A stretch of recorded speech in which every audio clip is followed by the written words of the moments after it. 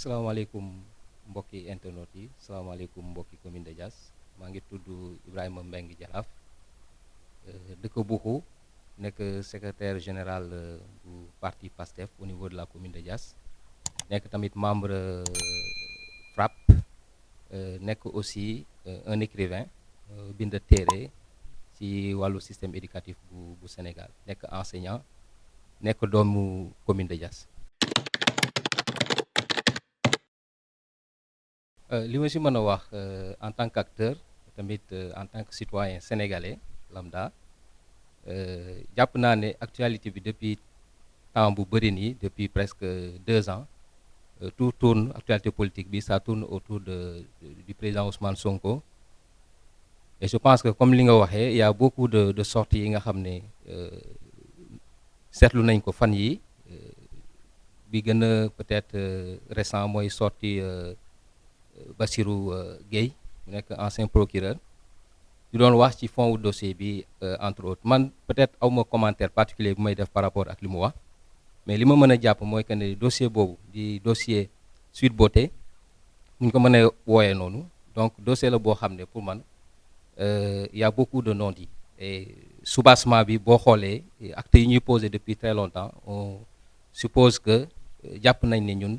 que c'est un dossier purement politique parce que man li ma jaaxal mooy nit ki bu ñuy épiloguer le plus souvent wala bu ñuy wax dañuy wax le plus souvent si li nga xam ne ñun ñëpp fekkewuñu ko boo xoolee ñëpp ñi ciy toog ci plateau de télévision yi di wax yëpp dañuy wax ci li nga xam ne dafa nekk loo xam ne peut-être jàpp nañ ne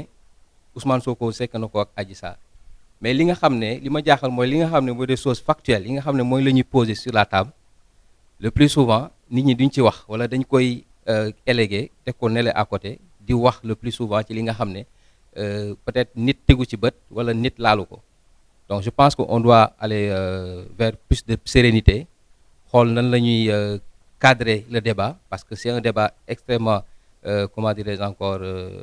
boo xam ne dafa xaw a touchant dafa xaw a tamit am benn penchant politique il faudrait qu'on essaie de voir comment régler tout ça pour que vraiment ñu dem à l'apaisement bàyyi peut-être mbir yi nekk loxo yoon ñu ko mu bañ a am benn influence politique parce que je pense que dossier bi bu nekkee yoon kese c'est un dossier vide et je pense que ñi nga xam ne ñooy wax le contraire sax ñoom bu ñu toogee wet xam nañ ne dossier bi c'est vide. alors si bi ma ko dégloo man li ma ci jàpp nga xam ne moom moo tax sax man jàpp naa ne li des yépp ci li mu wax importance mënuma ko accorder parce que moom déjà ci biir waxam dafa ne moom il reconnaît qu'il y a eu des choses qui ont été changées sur PV ou gendarmerie mais en réalité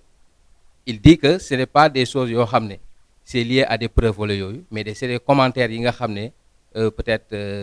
agent gendarmerie def na ko ci kii bi mu élagué ko dindi ko donc je pense que déjà loolu ça inspire beaucoup de choses donc ça laisse croire beaucoup de choses yoo xam ne peut-être mooy li gën a renforcer lu ñuy wax la thèse du complot mais lépp lu mu wax ci ay détails yooyu je pense que même tamit en tant que procureur posture ancien procureur en tant que magistrat je pense que warul am sax posture boobu faire face à la presse pour parler sur un dossier boo xam ne c'est déjà pendant devant la justice. Pour man il s'est senti peut-être que il a été accusé par le président Sonko lors du meeting de Keur Massar moom il est sorti pour apporter des éclaircissements par rapport à ça mais li ma jàpp mooy que ne moom bu mu doon ñëw dafa ñëwoon pour indexer Sonko mais finalement dans ses propos on retrouve que il est en train de disculper vraiment le président Ousmane Sonko. oui ñëpp am nañ ci satisfaction en tant que militant de PASTEF pourquoi ñu am ci satisfaction je pense que comme li nit ñi di wax rek on a subi des injustices depuis très longtemps ça fait presque 3 ans ñu jàpp ki nga xam ne mooy suñu leader di ko accuser de tous les noms d'oiseaux amul lu ñu fi déggul li waa ji waxoon ne li des kay li ñu des déggul mooy ne président Ousmane Sonko ñu jégal ma ci kàddu yi ne dafa wana lor loolu moom dégguñu ko mais lépp luñ ci wax fii c'est des exactions yoo xam ne teg nañ ko ci deram et je pense que bu demee nag ba sës on est des humains war nga nag wax gars yi ne nañu arrêté fii parce que fii c'est la limite parce qu'on est arrivé à la limite et je pense que donc peut-être président Macky Sall dina recevoir message boobu xam ne li muy manigancé yëpp pour écarter des adversaires politiques parce que loolu du lu ñu koy sosal moom moo ko waxal boppam moom moo ne bu mu faloo moom moo ne je vais réduire l'opposition à sa plus simple expression donc je pense que ci projet boobu la nekk et war nañ ko wax mu bàyyi projet boobu te jublu ci projet buy développer suñu réew. Non, je pense pas que ça soit de trop parce que gis nga réponse boo gis rek c'est à la hauteur des actes qui ont été posés parce que man boo waxee ne ndax attaque bi c'est pas trop je peux poser la même question est-ce que par exemple aujourd'hui tout ce qu'on met sur le dos du président Ousmane Sonko est-ce que c'est pas trop aussi donc la réaction est à la hauteur vraiment exaction yi nga xam ne moom la ñuy teg ci kaw man doonu laa ko jàppee et je pense que on doit résister comme tout le monde waaye xam nga ñun dafa am loo xam ne bëgg naa ko rappeler mooy que ne président Ousmane Sonko dafa fekk benn genre idéologie bi fi nekkoon depuis bi nga xam ne ñu ngi koy alimenter depuis très longtemps depuis Mamadou Dia jaar na fi ak ñeneen ñi nga xam ne jaar nañ fi pour def de telle sorte que suñu réew ñu ñëw teg ko suñu loxo d'ailleurs boo jëlee des mouvements comme FRAPP boo jëlee des mouvements comme yi nga xam ne moom moo jiitu FRAPP muy mouvement boo xam ne front anti APE front anti CFA ak yooyu yëpp ñoom ñoo jiitu ñëw Ousmane Sonko c'est-à-dire l'avènement d'Ousmane Sonko donc lu bi mu ñëwee dafa ñëw captiver en fait engouement boobu ak idéologie boobu nga xam ne dañ ko doon jàllale à l'époque et je pense que projet bi moom moo toll foofu bu ñu taxawee ne jaraluñu lii donc ça veut dire que je pense que waruñu nekk fax di wax parce que lépp loo dugg rek day fekk mu jaral la parce que boo jàppee ne lu baax la te loo xam ne mooy transformer structurellement notre pays je pense que loolu je ne vois pas que ça soit vraiment quelque chose de trop wala benn déclaration de trop la résistance comme je l'ai dit tantôt est à la hauteur des exactions yi nga xam ne moom la ñuy teg suñu kaw mais résistance benn droit la boo xam ne c'est accordé par notre constitution c'est-à-dire yow bu ñu la tegee loo xam ne lu métti la en tant que même au-delà même de la constitution parce que en tant que humain en tant que digne fils de quelqu'un bu ñu la tegee loo xam ne vraiment jaarul yoon war nga ci mën a teg sa bakkan pour que ñu mën la respecter wala ñu mën la jox cër bi nga xam ne moom nga yelloo mais je pense que résistance bi n'est rien d'autre que en fait l'éclatement de la vérité et que ñu bàyyi exactement donc yi nga xam ne mooy question de voilà des arguments de bas étage yi nga xam ne moom la ñuy partager au niveau des plateaux ak yooyu di wax loo xam ne vraiment dëppuwul ak dëgg. waaw li fa nar a jóg c'est-à-dire ñu bëgguñu sax mu àgg foofu li war a xew mooy que ne ñu bàyyi dossier bu ñuy politiser bàyyi ko parce que déjà le problème qui se pose mooy que ne président Macky Sall dafa dem ba toll fi nga xam ne ak Pastef ci benn niveau boo xam ne instant yi benn xarab bu ñu xarab de telle sorte que ñun dañoo toll foo xam ne mënatuñu dellu ginnaaw pour bay ko lu mu bëgg parce que déjà moom comme li gars yi di wax rek moom dafa bëgg a écarter ay adversaires politiques alors que en réalité bu ñu waxantee dëgg ñun ñëpp sénégalais yi xam nañ ne bu amee koo xam ne warul bokk ci élection yi mooy le président Macky Sall parce que je pense que nous sommes à un tournant de notre histoire à un tournant tout simplement benn visage boo xam ne dañ ko war a joxewaat ci suñu ci suñu dëkk raison pour laquelle on se bat on va pas arriver maintenant jusqu'au virage di bàyyi parce que tout simplement que président Macky Sall dafa am lu mu bëgg ko imposer Sénégalais je pense que c'est à lui d'être sage mu xool nan la mu xoolaat taxawaayam pour vraiment réew mi mën a nekk ci jàmm parce que je pense que jàmmi réew mi ci loxoom la nekk parce que moom moo fiy indi ay yi nga xam ne mën na taal dëkk bi te nit ñi mënoo leen tere ñu résister bu ñu leen xoxatalee. xam nga Ousmane Sonko bu mu doon wax ne man bëgg naa ñu dem procès bu mu ko doon wax fekk boo xoolee procédure bi lancé wuñu ko ci benn procédure boo xam ne yàggoon na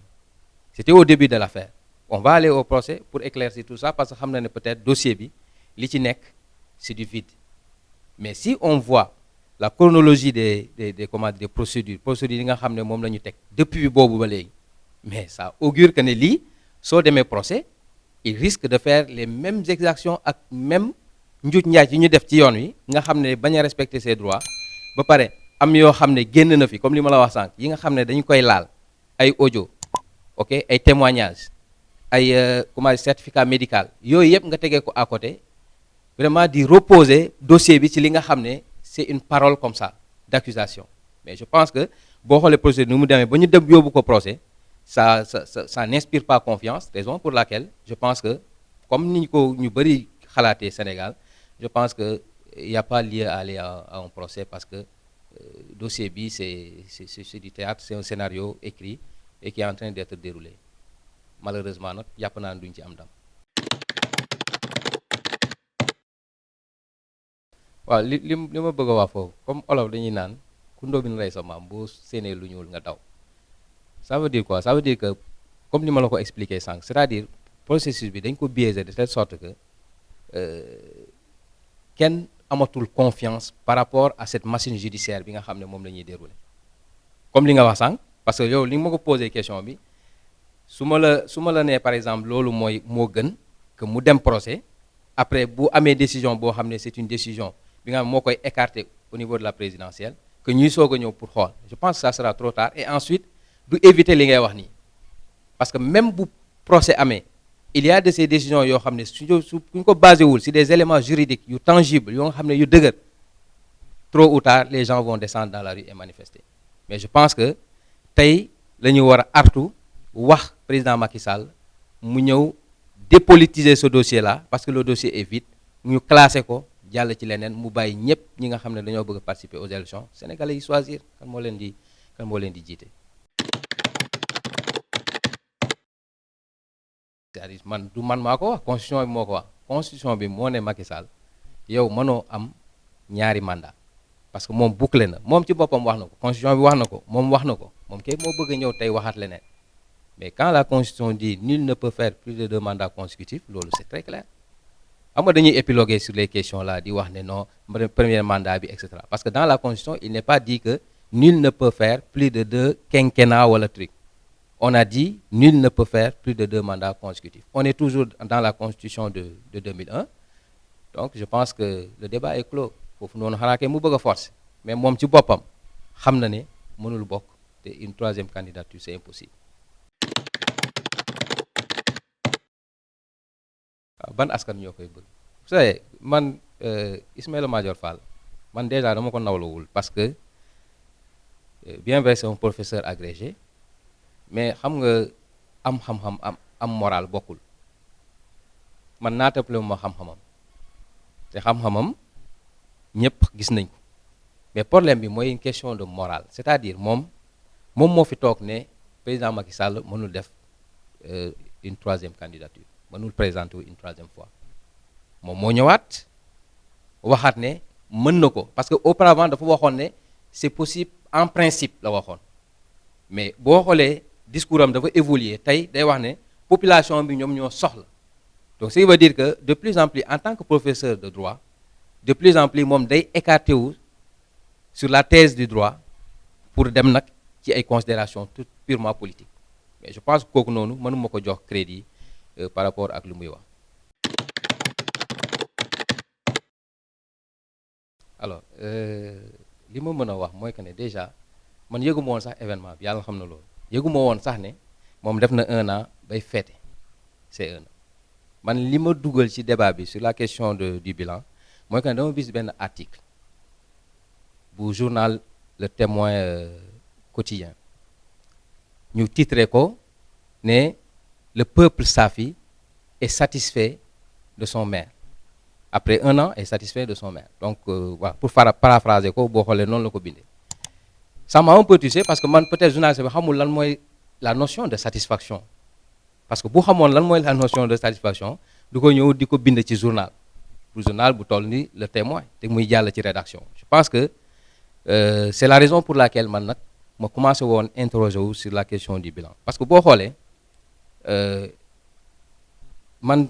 jas li ma métti mooy que ne boo xoolee ceux qui sont xam ne ñi nga xam ne moom la ñu jox ndombal tànk pour taxawu askan bi jox leen ndombal tànk pour ñu liggéeyal askan bi man dama seetlu ne ñoom ñoo gën a mën a wax ñoom ñoo gën a mën a bavarder sur des questions yoo xam ne pour man warul woon sax nekk seen yitte li soo yoroon nekk seen yitte mooy jafe-jafe yi nga xam ne moom la askan bi nekkee ñu jéem a xool nan lañ koy saafara. Maintenant sur la question factuelle de kii man j'ai écrit un texte je pense que ci texte boobu sax la ñu amee contact ba nga invité ma si sa émission donc ci texte bi man dama doon wax ne lépp li waa ji ñëw énumérer comme des réalisations yi nga xam ne mairie bi def nañ ko moi je pense que c'est des réalisations yoo xam ne c'est le train qui arrive à l'heure parce que Diass n'est pas n'importe quelle commune boo xam ne ñun le fait tout simplement que d'offrir des tables bancs ok comment dirais-je dem ci ay manifestations di wax ay professions de foi parce que man li ma gis fii plus des professions de foi yi ñuy def dinaa def lii ñun ñoo def lii et cetera que un programme moi j'attendais un maire comme Mamadou Ndione de nous présenter un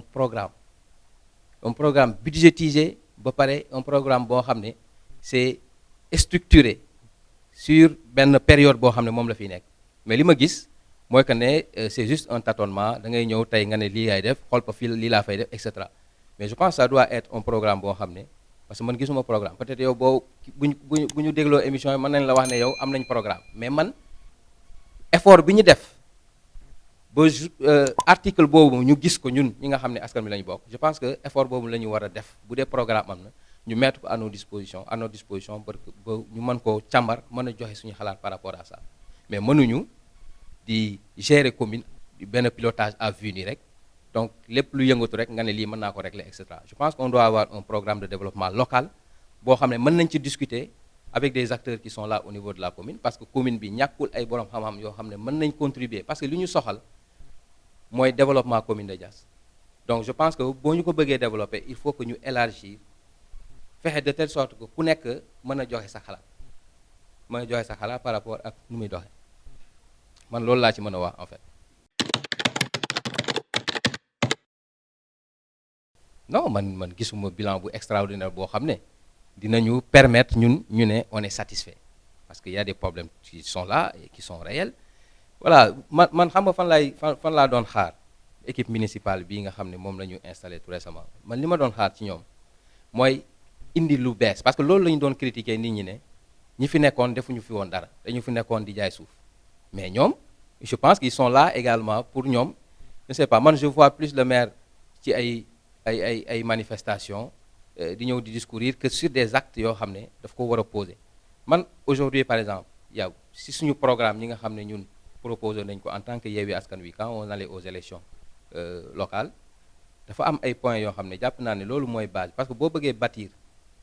comment dirais-je benn commune il faut que nga delluwaat ci base bi mooy les questions de l'éducation aujourd'hui boo demee dans la commune de Diass la question des infrastructures ñun wàllu tabax wàllu infrastructure yi nga xam ne dañ koy soxla en tant que jeune amu fi maison des jeunes annoncé woon nañ ko fi jusqu'à 13 ans c'est en chantier si je ne me trompe annoncé woon nañ fi ne dañuy modifier le terrain municipal de Diass pour essayer de voir comment reconstruire ça jusqu'à présent rien du tout pourquoi tout à l'heure j'ai dit que c'est des effets d'annonce comme ça mais man gisuma en fait benn programme boo xam ne teg nañ ko sur la table ñu ne lii mooy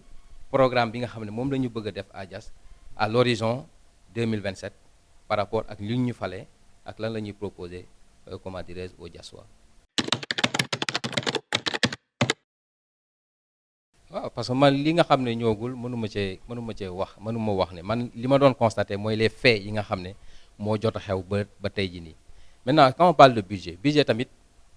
prévision la rek yow da ngay naan man année bi lii laa bëgg a jot ci li nga xam ne wala lii laa bëgg a jot ci li nga xam ne mooy ay recette pour jëm ko dugal ci tel ou tel comment dirais secteur mais du li nga xam ne forcément que ne loolu mooy am mais c'est des prévisions yoo xam ne pour man déjà moom li mu ko présenté c'est des prévisions yoo xam ne moom la ñu dëkkmalee par exemple année 2023 bi donc on reste à l'écoute on essaie de voir est-ce que projet yi nga xam ne moom wax na ko dina ko réaliser et à partir de là buy fête 2 ans mi ñu xam ban gis-gis lañ ciy am. alors man je suis pas vraiment dans le fond du dossier parce que bi ñuy mettre la commission scientifique pour travailler sur ça. En ce moment-là, moi, j'étais pas dans la zone, j'étais au nord du pays. Donc, j'étais pas trop impliqué parce que am na ñi nga xam ne ñoom ñoo fa nekkoon. Je salue de passage ñoom grand Moussa Sall, ñoom Abdourahmane Thiandoum, ñoom ñoo fa nekkoon di gérer dossier bi. Mais li ma ci mën a wax mooy que ne alors c'est un dossier comme tous les autres dossiers yi nga xam ne ñoom ñoo nekk ci commune liés au foncier, comme problème mu pôle bi ak beneen problème extra. Sauf que le cas de Bougou c'est un peu plus privé parce que dafa am benn promoteur immobilier bu privé boo xam ne moo nekkoon en fait point de jonction entre ñun ak moom ak état bi. Mais en réalité je ne suis pas informé du dossier et de son évolution. Mais d'autre façon ça day xaw a niroog dossier yi nekk fii rek yi nga xam ne que ça soit à Dougar, que ça soit à Kandam, que ça soit à Bougou. Donc c'est le problème du foncier à Diass. Mais au-delà de la question foncière, à Bougou, il y a un problème d'accès à l'eau, il y a un problème d'infrastructure également. Aujourd'hui, l'ancien maire moo tabaxoon comment dirais-je dispensaire bi au niveau donc de Bougou, mais boo xoolee c'est juste le bâtiment. Donc ça n'a pas été équipé et je pense que l'équipe municipale war na jublu ci loolu xool nan lay appuyer la commission bi yore loolu noonu pour ñu mën ko équiper mu mën a fonctionner en fait. Alors par rapport ak pôle bi man mi wax ak yow sax sama kër ci biir pôle bi la nekk xaw ma man fan laay mujjee ak moom, mais de toute façon y a un gars qui moom ma doon tooñ mu ne ma yow sa kër fu mu nekk mooy Wokam 2 la nekk. Ah ma ne leen comme que man kay ni may woowee Ibrahima Mbengue jaraaf bu ñu ñëwee ñu fekk ma foofu ma doon seen jaraaf. Donc ça c'est juste pour blaguer, mais li ma mën a wax mooy que ne yow mënoo fekk nit man pôle bi man li tax mu nekk quelque chose boo xam ne c'est frustrant et que Safeen yëpp du question personnelle, c'est une question de communauté. Gis nga la communauté Safi bu ñu seetaanee ça va vraiment vers la disparition. Pourquoi ma koy wax mënoo am projet parce que ñun on n'est pas des gens yoo xam ne sortis de n'importe où ou n'importe comment. C'est-à-dire ñun dañoo bokk ci réew mi am vision. État bu ñëwoon ne man damay tabax benn hôpital wala bu ñëwee mu ne man damay tabax benn stade boo xam ne c'est d'utilité publique ñëpp xam nañ ko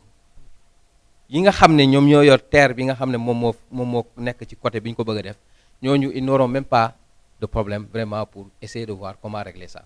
Mais li ma mënul comprendre mooy que ne première phase bi nga xam ne moom la ñu war a moom la ñu bëgg a mettre en place mooy les zones prioritaires yi ñuy wax noonu, c'est-à-dire c'est des parcelles yoo xam ne nit ñi ñoo ko moom. Et en plus de ça bu ñu ko jëlee c'est pas des constructions yoo xam ne c'est des constructions liées à des comment dirais à l'utilité publique, mais c'est des kii yoo xam ne nu ñu koy waxati ça c'est des constructions yoo xam ne c'est des constructions privées, bien vrai que ñoom dañ ko wooyee projet boo xam ne c'est pour les 100 000 logements. Mais boo xoolee man mënuma am par exemple benn terrain au niveau du pôle